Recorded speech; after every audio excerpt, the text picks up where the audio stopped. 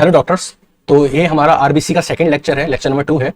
First lecture में हमने RBC का नॉर्मल बेसिक इंट्रोडक्शन, जैसे उनकी normal value, shape, size, cytoskeleton और rouleaux formation, composition and packed cell volume, ये सब कुछ हमने फर्स्ट लेक्चर में डिस्कस कर लिया था। अगर आपने फर्स्ट लेक्चर नहीं पढ़ा है तो आप उसको पढ़ लीजिए, तब आप सेकंड लेक्चर पे आइएगा, आपको अच्छे से समझ आएगा। ठीक है, चलिए स्टार्ट करते हैं सेकंड लेक्चर। इसमें हमारा मेन फोकस रहेगा कि life span of RBC, fate of RBC and function of RBC.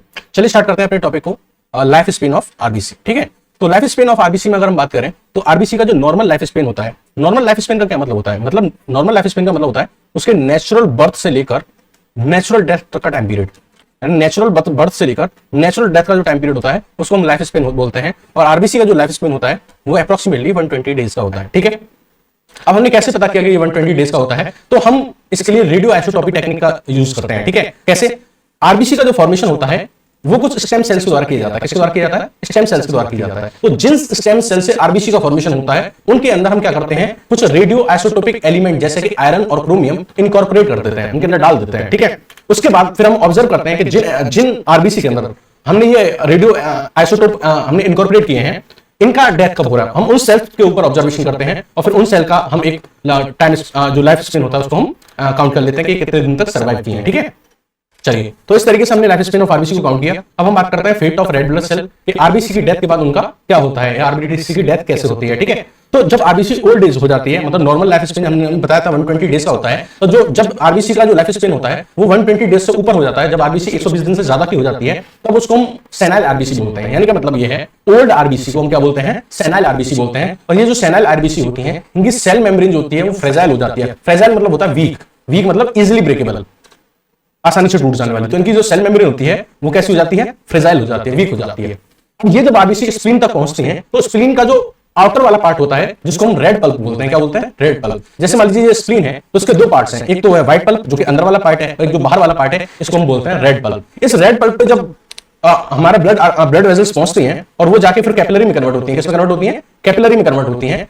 तो रेड पल्प के अंदर जो कैपिलरी होती है, रेड पल्प के अंदर जो कैपिलरी होती है वहां से ये आरबीसी बाहर निकलना चाहती है। क्या निकलना चाहती है? बाहर निकलना चाहती है, या आप कह दीजिए ये डायपीडियासिस शो करना चाहती है। क्या शो करना चाहती है? डायपीडियासिस शो करना चाहती है। तो हमने क्या बताया कि जब ये ब्लड स्प्लीन में पहुंचता है तो स्प्लीन का जो रेड पल्प वाला एरिया है वहां पे जो कैपिलरी होती है वहां से ये आरबीसी का जो डेड आरबीसी है ये बाहर निकलना चाहती है, डायपीडियासिस शो करना चाहती है। लेकिन स्प्लीन की जो कैपिलरी होती है, स्प्लीन के अंदर जो कैपिलरी होती है उसमें जो पोर्स होते हैं उनका डायमीटर नॉर्मल डायमीटर से कम होता है। इनका डायमीटर अदर प्लेसेस के कंपैरिजन में देखा जाए तो इनका डायमीटर क्या होता है? कम होता है। और डायमीटर कम होता है और फिर ये उसमें से निकल के बाहर जाना चाहती हैं तो, और इनकी जो सेल मेम्ब्रेन होती है वो क्या होती है? बहुत ज्यादा वीक होती है। तो उसमें से निकलते टाइम क्या होते हैं? ब्रेक हो जाती है। वहां पे क्या हो जाती है? डिस्ट्रक्शन होता है। तो क्या होता है जब ये एंटर करती हैं कैपिलरी में, किसके? रेड पल्प ऑफ स्प्लीन के, तो वहां पे क्या करना चाहती हैं? डायपीडियासिस करना चाहती हैं। और डायपीडियासिस करने के लिए ये अपनी शेप चेंज करती हैं। और शेप चेंज करने के दौरान जब वो कैपिलरी में से निकल रही होती हैं तो क्योंकि कैपिलरी का साइज, कैपिलरी का जो डायमीटर होता है वो बहुत कम होता है, उसके जो पोर्स होता है उनका डायमीटर बहुत कम होता है, तो वहां पे इनका क्या हो जाता है? डिस्ट्रक्शन हो जाता है, क्योंकि इनकी सेल मेम्ब्रेन क्या होती है? बहुत ज्यादा वीक होती है। इसलिए मोस्ट ऑफ द आरबीसी का जो डिस्ट्रक्शन होता है वो स्प्लीन के अंदर होता है। इसलिए हम स्प्लीन को क्या बोलते हैं? ग्रेवयार्ड ऑफ आरबीसी बोलते हैं। क्या बोलते हैं? ग्रेवयार्ड ऑफ आरबीसी बोलते हैं हम स्प्लीन को। ठीक है, अच्छा, आरबीसी का डिस्ट्रक्शन हो गया तो अब क्या होगा? देखिए, आरबीसी का डिस्ट्रक्शन होकर आरबीसी के अंदर जो हमारा सबसे इंपॉर्टेंट पार्ट है वो है हीमोग्लोबिन। आरबीसी के अंदर जो हमारा सबसे इंपॉर्टेंट जो कंटेंट है वो हीमोग्लोबिन ही होता है मेनली। इसमें इसका मोस्ट ऑफ कंटेंट क्या होता है? हीमोग्लोबिन होता है। अब हीमोग्लोबिन मेनली दो पार्ट से मिलकर बना होता है। एक पार्ट इसका होता है हीम वाला पार्ट, एक पार्ट इसमें होता है ग्लोबिन वाला पार्ट। ठीक है, हीमोग्लोबिन दो पार्ट से मिलकर बना है, हीम और ग्लोबिन वाले पार्ट से। ठीक है, अब बात सुनिएगा, आरबीसी का जहां भी डिस्ट्रक्शन होता है, चाहे वो स्प्लीन में हो, चाहे वो लिवर में हो, चाहे वो बोन मैरो में हो या फिर किसी भी अदर पार्ट में हो, आरबीसी की जहां भी डिस्ट्रैक्ट होगी तो वहां पे कुछ सेल्स प्रेजेंट होती हैं जिनको हम बोलते हैं टिश्यू मैक्रोफेज। क्या बोलते हैं? Tissue macrophage. टिश्यू मैक्रोफेज, अरे टिश्यू मैक्रोफेज क्या होती हैं? ये कुछ नहीं, जब मोनोसाइट्स ब्लड के वेसल से बाहर निकल जाती हैं तब वही किसमें कन्वर्ट हो जाती हैं? टिश्यू मैक्रोफेज में कन्वर्ट हो जाती हैं। तो ये जो टिश्यू मैक्रोफेज की सेल्स हैं ये इन डेड आरबीसी को इंजेस्ट कर लेती हैं। ये जो टिश्यू मैक्रोफेज की सेल है ये इन डेड आरबीसी को, ये जो डेड आरबीसी थी, जो आरबीसी मर गई थी, इनको क्या कर लेती हैं? डाइजेस्ट कर लेती हैं। और डाइजेस्ट करके इनके अंदर से क्या रिलीज करवाती हैं? रिलीज करवाती हैं हीमोग्लोबिन। क्या रिलीज करवाती हैं? हीमोग्लोबिन रिलीज करवाती हैं। अब हीमोग्लोबिन में भी दो पार्ट हैं, एक हीम वाला पार्ट और एक ग्लोबिन वाला पार्ट। जो हीम वाला पार्ट है ये भी फर्दर दो पार्ट से मिलकर बना होता है। एक इसमें होता है आयरन, एक होता है इसमें आयरन और एक इसमें होता है पोरफायरिन। ठीक है, आयरन और पोरफायरिन। और जो ये ग्लोबिन होती है ये क्या होती है? प्रोटीन होती है। ठीक है, अब इनका क्या होगा? अब इनका आगे क्या होगा वो समझिए। तो इसमें जो आयरन वाला पार्ट होता है, ये जो आयरन होता है ये ज्वाइन करता है अपने साथ, कंबाइन होता है एपोफेरिटिन के साथ। किसके साथ? एपोफेरिटिन के साथ ये कंबाइन होता है और कंबाइन होकर बनाता है फेरिटिन। क्या बनाता है? फेरिटिन। और इस फेरिटिन को क्या कर लेते हैं हम स्टोर कर लेते हैं, ताकि हम जब आगे हीमोग्लोबिन का फॉर्मेशन करेंगे तब ये फेरिटिन हमारे काम आएगा। ये फेरिटिन हमें वापस क्या प्रोवाइड कर देगा? आयरन वापस हमें लौटा देगा। समझ में आ गई बात? आयरन जो होगा वो एपोफेरिटिन के साथ कंबाइन होगा और फेरिटिन बनाएगा, और इस फेरिटिन को हम क्या कर लेंगे? स्टोर कर लेंगे, ताकि हम बाद में फिर से हीमोग्लोबिन बना सकें, क्योंकि ये फेरिटिन हमें बाद में फिर से हमारा आयरन वापस लौटा देगा। नेक्स्ट वाला जो हीम का जो दूसरा वाला पार्ट था वो था पोरफायरिन। पोरफायरिन जो था ये डिस्ट्रक्ट हो जाएगा, डिस्ट्रक्शन होकर इसका ये कन्वर्ट हो जाएगा ब्लूरिबिन में, और इस ब्लूरिबिन नाम के पिगमेंट को हम बाइल के साथ क्या कर देंगे? एक्सक्रीट कर देंगे। जनरली हमारे यूरिन या फिर फीसिस के साथ एक्सक्रीट हो जाएगा, यूरिन या फिर फीसिस में ये एक्सक्रीट हो जाएगा। ठीक है, अब बचा हमारा ग्लोबिन वाला पार्ट। अब क्या बचा हमारा? ग्लोबिन वाला पार्ट। ग्लोबिन एक्चुअली प्रोटीन वाला पार्ट है। ग्लोबिन क्या है? एक प्रोटीनिशियस पार्ट है। अब प्रोटीन वाला पार्ट है तो किसमें टूटेगा फाइनली? अमीनो एसिड्स में। किसमें? अमीनो एसिड्स में। और ये अमीनो एसिड जो हमारा प्रोटीन का पूल होगा या फिर अमीनो एसिड का जो पूल होगा हमारे ब्लड में, वहां क्या हो जाएंगी? कनेक्ट हो जाएंगी, जमा हो जाएंगी, ताकि हम इसको वापस क्या कर सकें? यूज कर सकें दोबारा हीमोग्लोबिन बनाने में। ठीक है, तो ये था बेसिक कि कैसे कैसे डिस्ट्रक्शन होगा और कैसे कैसे रीयूज होगा उन चीजों का। अगर हम देखें तो पर डे की बात करें तो पर डे हमारे ब्लड में अप्रोक्सीमेटली 10% आरबीसी जो होती हैं वो डेली डिस्ट्रॉय होती हैं। एक नॉर्मल एडल्ट के अंदर 10% आरबीसी डेली डिस्ट्रॉय होती हैं, और उनके डिस्ट्रक्शन से अप्रोक्सीमेटली 0.6 ग्राम हीमोग्लोबिन रिलीज होता है। कितना हीमोग्लोबिन रिलीज होता है? अप्रोक्सीमेटली 0.6 ग्राम। तो 0.6 ग्राम हीमोग्लोबिन हमारे पर डे रिलीज होता है, और अप्रोक्सीमेटली 0.9 to 1.5 मिलीग्राम पर डीएल हमारा ब्लूरिबिन रिलीज होता है। ठीक है, आरबीसी के डिस्ट्रक्शन से। अब आगे हम बात करते हैं फंक्शन ऑफ आरबीसी के। आरबीसी के फंक्शन क्या होते हैं? ठीक है, बहुत इंपॉर्टेंट है, ध्यान से सुनिएगा। मेन फंक्शन जो आरबीसी का होता है वो होता है ट्रांसपोर्ट ऑफ रेस्पिरेटरी गैसेस। ठीक है, मेनली इसका जो फंक्शन होता है वो होता है ऑक्सीजन और कार्बन डाइऑक्साइड का ट्रांसपोर्ट। ये ऑक्सीजन को आरबीसी क्या करती हैं? ये लंग्स से हमारे टिश्यू तक पहुंचाती हैं। कहां तक पहुंचाती हैं? टिश्यू तक पहुंचाती हैं। और कार्बन डाइऑक्साइड को ये टिश्यू से वापस लंग्स तक पहुंचाती हैं, ताकि ये लंग्स से वापस कहां कर दी जाए? बाहर एलिमिनेट कर दी जाए। ठीक है, तो जो मेन फंक्शन होता है वो आरबीसी का वो होता है गैसेस का transport, mainly oxygen carbon dioxide का। ये ऑक्सीजन को लंग्स से टिश्यू तक ले जाती हैं और कार्बन डाइऑक्साइड को टिश्यू से लंग्स तक ले जाती हैं। अगर हम बात करें ट्रांसपोर्ट ऑफ ऑक्सीजन, तो आउट ऑफ 100% 97% जो होता है हमारा ऑक्सीजन, वो क्या होता है? ऑक्सीजन 97% जो होता है ऑक्सीजन, वो हीमोग्लोबिन के साथ कंबाइन होके, हीमोग्लोबिन कहां प्रेजेंट है? आरबीसी में तो प्रेजेंट है। तो आरबीसी से हीमोग्लोबिन के साथ कंबाइन होके 97% जो ऑक्सीजन होता है वो मिलकर बनाता है ऑक्सी हीमोग्लोबिन। क्या बनाता है? ऑक्सी हीमोग्लोबिन बनाता है। ठीक है, ये कहां होगा? लंग्स में। लंग्स में क्या होगा? ये जो लंग्स पे क्या होगा? हमारे लंग्स की जो एल्वेलाई है वहां पे ये ऑक्सीजन किसके साथ कंबाइन हो जाएगी? हीमोग्लोबिन के साथ, और क्या बना लेगी? Oxy haemoglobin. और यही फिर ब्लड कहां पहुंचेगा? हमारे टिश्यू में पहुंचेगा। तो टिश्यू में जब पहुंचेगा तो ये वापस ब्रेक डाउन हो जाएंगे किसमें? ऑक्सीजन और हीमोग्लोबिन में। और फिर ये ऑक्सीजन जो होगी ये वापस किसको ट्रांसफर कर दी जाएगी? टिश्यू को ट्रांसफर कर दी जाएगी। तो लंग्स में तो ये ऑक्सीजन और हीमोग्लोबिन कंबाइन होकर ऑक्सी हीमोग्लोबिन बनाते हैं, और फिर वहां से ये कहां पहुंचते हैं? टिश्यू में पहुंचते हैं। टिश्यू में वापस किसमें टूट जाते हैं? ऑक्सीजन और हीमोग्लोबिन में। और ऑक्सीजन किसको ट्रांसपोर्ट कर दी जाती है? टिश्यू को ट्रांसपोर्ट कर दी जाती है। ठीक है, तो इस तरीके से 97% ऑक्सीजन ट्रांसपोर्ट होती है। बाकी की जो 3% ऑक्सीजन होती है वो प्लाज्मा में डिसॉल्व होकर ट्रांसपोर्ट होती है। इसमें प्लाज्मा में डिसॉल्व होकर ट्रांसपोर्ट होती है। ठीक है, इतनी बात समझ में आ गई। अब बात करते हैं ट्रांसपोर्ट ऑफ कार्बन डाइऑक्साइड की। तो transport of carbon dioxide mainly जो मेजर दो तरीके से होता है। 23% ऑफ कार्बन डाइऑक्साइड जो होती है ये हीमोग्लोबिन के साथ कंबाइन हो जाती है। किसके साथ? हीमोग्लोबिन के साथ कंबाइन हो जाती है। कहां पे? टिश्यू पे।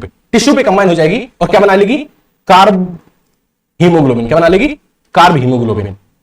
ठीक है, टिश्यू पे क्या हुआ? कार्बन डाइऑक्साइड किसके साथ कंबाइन होगी? हीमोग्लोबिन के साथ कंबाइन होगी, और क्या बना लिया? Carb haemoglobin. जब ये कार्ब हीमोग्लोबिन लंग्स तक पहुंचेगा, लंग्स में पहुंचेगा तो ये वापस किसमें ब्रेक डाउन हो जाएगा? वापस कार्बन डाइऑक्साइड और हीमोग्लोबिन में। ठीक है, और ये कार्बन डाइऑक्साइड किसको दे दी जाएगी? लंग्स को, और लंग्स इसको क्या कर देंगे? आउटसाइड एलिमिनेट कर देंगे। क्या कर देंगे? बाहर एलिमिनेट कर देंगे। ठीक है, तो इस तरीके से 23% जो आपका CO2 है वो कार्ब हीमोग्लोबिन की फॉर्म में ट्रांसपोर्ट होता है। अब एक दूसरा इंपॉर्टेंट पार्ट ये है कि बाकी का जो 70%, बाकी रिमेनिंग एक 70% जो CO2 होता है वो कैसे ट्रांसपोर्ट होता है? तो देखो आरबीसी जो होती हैं उनके पास एक एंजाइम होता है कार्बोनिक एनहाइड्रेज। क्या होता है? कार्बोनिक एनहाइड्रेज एंजाइम होता है। ये कार्बोनिक एनहाइड्रेज एंजाइम क्या करता है? एक रिएक्शन को कैटलाइज करता है। उस रिएक्शन में क्या होता है? जो कार्बन डाइऑक्साइड होती है वो कार्बन डाइऑक्साइड होती है, ये वाटर के साथ मिलकर बाइकार्बोनेट आयन बनाती है। क्या बनाती है? बाइकार्बोनेट आयन बनाती है। कहां पे? ये काम कहां हो रहा है? टिश्यू पे। टिश्यू से तो कार्बन डाइऑक्साइड निकलेगी, तो टिश्यू पे क्या होता है? ये कार्बन डाइऑक्साइड जो होती है ये वाटर के साथ मिलकर बाइकार्बोनेट आयन बनाती है। और ये बाइकार्बोनेट आयन किसकी प्रेजेंस में बनता है? इस कार्बोनिक एनहाइड्रेज की प्रेजेंस में। किसकी प्रेजेंस में? इस कार्बोनिक एनहाइड्रेज की प्रेजेंस में। ये कार्बोनिक एनहाइड्रेज जो होता है ये इस रिएक्शन को कैटलाइज करता है बहुत विग्रसली कन्वर्ट करता है। फिर बाइकार्बोनेट में कन्वर्ट होने के बाद कार्बोनेट में कन्वर्ट, हाइड्रोजन कार्बोनेट में कन्वर्ट होने के बाद ये क्या होगा? फर्दर ब्रेकडाउन होगा H+ आयन में और बाइकार्बोनेट आयन में। तो हमने क्या बताया? कार्बन डाइऑक्साइड और वाटर मिलके हाइड्रोजन कार्बोनेट बनाएंगे, हाइड्रोजन कार्बोनेट बनाएंगे, हाइड्रोजन कार्बोनेट बनाएंगे, और ये हाइड्रोजन कार्बोनेट जो होगा ये कन्वर्ट होगा किसमें, बाइकार्बोनेट आयन में और H प्लस आयन में। ये कहां होगा, टिश्यू में। लेकिन जैसे ये वापस लंग्स पे पहुंचेंगे, जब ये वापस क्या हो जाएंगे, लंग्स में, तो ये वाली रिएक्शन इस साइड तो तब चलेगी जब आप टिश्यू पे होंगे। टिश्यू पे क्या हुआ, कार्बन डाइऑक्साइड कंबाइन हुई वाटर के साथ, फिर बना H2CO3 ब्रेक होगा किसके साथ, किसमें, HCO3 माइनस में और H प्लस में। अब आप वापस लंग्स पे पहुंचे, जब आप वापस लंग्स पे पहुंचेंगे तो ये H प्लस होगा, ये और HCO माइनस 3 ये दोनों कंबाइन होकर H2CO3 बनाएंगे, और H2CO3 वापस किसमें कन्वर्ट होगा, H2O और CO2 में, और CO2 किसको दे दी जाएगी, लंग्स को दे दी जाएगी, और लंग्स फिर इसको क्या कर देंगे, आउटसाइड एलिमिनेट कर देंगे, आउटसाइड एलिमिनेट कर देंगे। आप बेसिकली ये समझिए 33% तो हीमोग्लोबिन के साथ जुड़ के ट्रांसपोर्ट होती है कार्बन डाइऑक्साइड, और 70% बाइकार्बोनेट की फॉर्म में, ठीक है। चलिए दूसरा जो फंक्शन है, नेक्स्ट फंक्शन जो है वो है बफर एक्शन। देखिए आरबीसी के पास मैंने आपको बताया हीमोग्लोबिन होता है, आरबीसी के पास क्या होता है, हीमोग्लोबिन। ये हीमोग्लोबिन होता है, ये बफर एक्शन शो करता है, बफर एक्शन शो करने का मतलब होता है to resist change in pH, अगर आप किसी भी लिक्विड में थोड़े अमाउंट में स्मॉल अमाउंट में कोई भी एसिड या बेस मिलाएं, क्या मिलाएं, कोई भी एसिड या फिर बेस मिलाएं, और स्मॉल अमाउंट में एसिड या बेस मिलाने पर अगर उस सब्सटेंस का पीएच चेंज नहीं हो रहा है तो इसका मतलब उसके अंदर बफर एक्शन है। क्या है, बफर एक्शन। मान लीजिए आपके पास एक कंटेनर में कोई भी लिक्विड था, आपने उसमें स्मॉल अमाउंट में कोई भी एसिड या बेस डाला, स्मॉल अमाउंट में एसिड या बेस डालने पर उस सब्सटेंस का पीएच चेंज नहीं हुआ, तो इसका मतलब क्या है कि उस सब्सटेंस के अंदर बफर एक्शन वाली प्रॉपर्टी है। क्या है, बफर एक्शन की प्रॉपर्टी। उसी तरीके से ब्लड जो होता है, ब्लड में बफर एक्शन होती है। क्या होती है, ब्लड में बफर एक्शन होती है, यानी ब्लड अपना पीएच चेंज नहीं होने देता जब उसमें आप स्मॉल अमाउंट में एसिड या बेस मिलाओ। तो उसका रीजन क्या है, क्योंकि ब्लड के अंदर होती है आरबीसी, और आरबीसी के पास होता है हीमोग्लोबिन। हीमोग्लोबिन के पास एक्चुअल में प्रॉपर्टी होती है बफर एक्शन वाली, तो हीमोग्लोबिन की वजह से ब्लड में बफर एक्शन की प्रॉपर्टी आती है। नेक्स्ट है ब्लड ग्रुप डिटर्मिनेशन। जो आरबीसी होती है ये ब्लड ग्रुप डिटर्मिनेशन में भी हेल्प करती है, क्योंकि जो आरबीसी की जो मेम्ब्रेन होती है, आरबीसी की जो क्या होती है, मेम्ब्रेन होती है, इस पे एंटीजन होता है। क्या होता है, एंटीजन होता है किसका, ब्लड ग्रुप का। इस पे एंटीजन होता है किसका, ब्लड ग्रुप का। जैसे कि मान लीजिए अगर आरबीसी की मेम्ब्रेन पर अगर ए एंटीजन है, कौन सा एंटीजन, ए एंटीजन है, तो ब्लड ग्रुप क्या हो जाएगा, ए। अगर आरबीसी की मेम्ब्रेन पे बी एंटीजन है तो ब्लड ग्रुप क्या हो जाएगा, बी। अगर आरबीसी की मेम्ब्रेन पे दोनों एंटीजन है, ए और बी, तो ब्लड ग्रुप क्या हो जाएगा, ए बी। अगर आरबीसी की मेम्ब्रेन पे कोई भी एंटीजन नहीं है तो ब्लड ग्रुप हो जाता है ओ। बात समझ आई। तो इस तरीके से ये ब्लड ग्रुप के डिटर्मिनेशन में भी हेल्प करता है, ठीक है। इस पूरे सेक्शन में अगर आपको कहीं डाउट रहा हो तो आप कमेंट सेक्शन में ड्रॉप करके पूछ सकते हैं। Thank you and have a nice day.